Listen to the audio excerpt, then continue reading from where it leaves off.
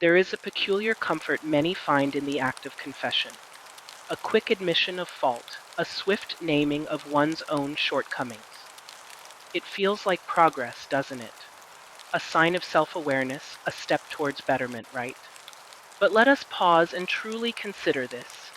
While the capacity for self-awareness is indeed commendable, its true merit lies not in the admission itself, but in the subsequent resolution. Many have learned to hide behind this very act of confession. They wield honesty as a crutch, hoping its mere presence will absolve them of past transgressions and future responsibilities. They believe the simple utterance of, "I know I messed up," is enough. This is where the illusion begins to fray. The truth, often uncomfortable and rarely embraced, is that awareness without action is not growth. It is merely a sophisticated form of camouflage. Some confess not to heal, but to disarm.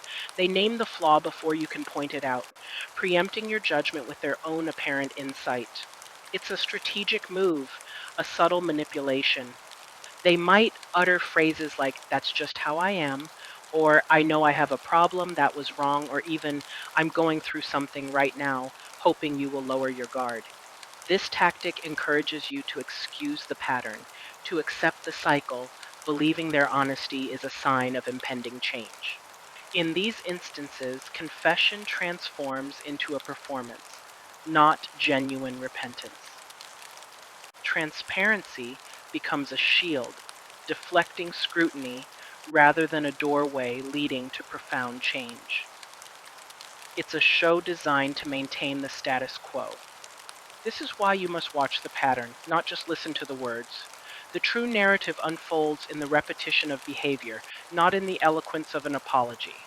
If the apology flows effortlessly, yet the problematic behavior flows just as freely, then nothing has truly shifted. The words are merely echoes in an empty room, devoid of substance. If the self-awareness is loud, proclaimed for all to hear, but the accountability remains conspicuously silent, then no real transformation is taking place. It is a hollow declaration, a promise unkept before it's even fully made. When the same confession is brought to the table repeatedly, without any visible correction or effort, a different message emerges.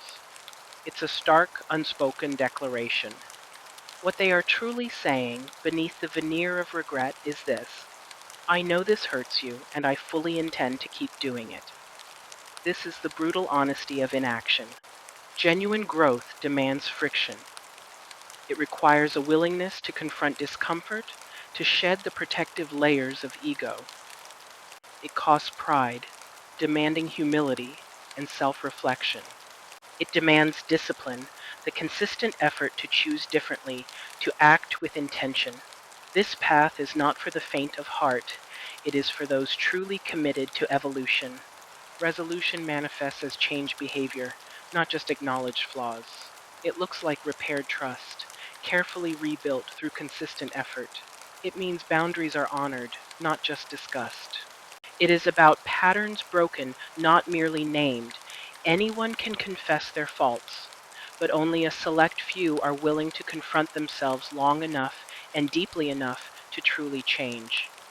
I no longer find myself impressed by mere awareness. My focus has shifted. I now look for alignment. I seek the congruence between what is known and what is lived. Because true healing, true growth does not merely speak the truth. It embodies it. It lives it, breathes it, and demonstrates it through every action. Acknowledgement is only the introduction to the journey. It is the first step, a necessary but insufficient beginning. Transformation, the tangible evidence of change, is the receipt. If nothing changes after the confession, then you must believe the behavior. It is the most honest language available. Do not be swayed by words when actions tell a different, more profound story.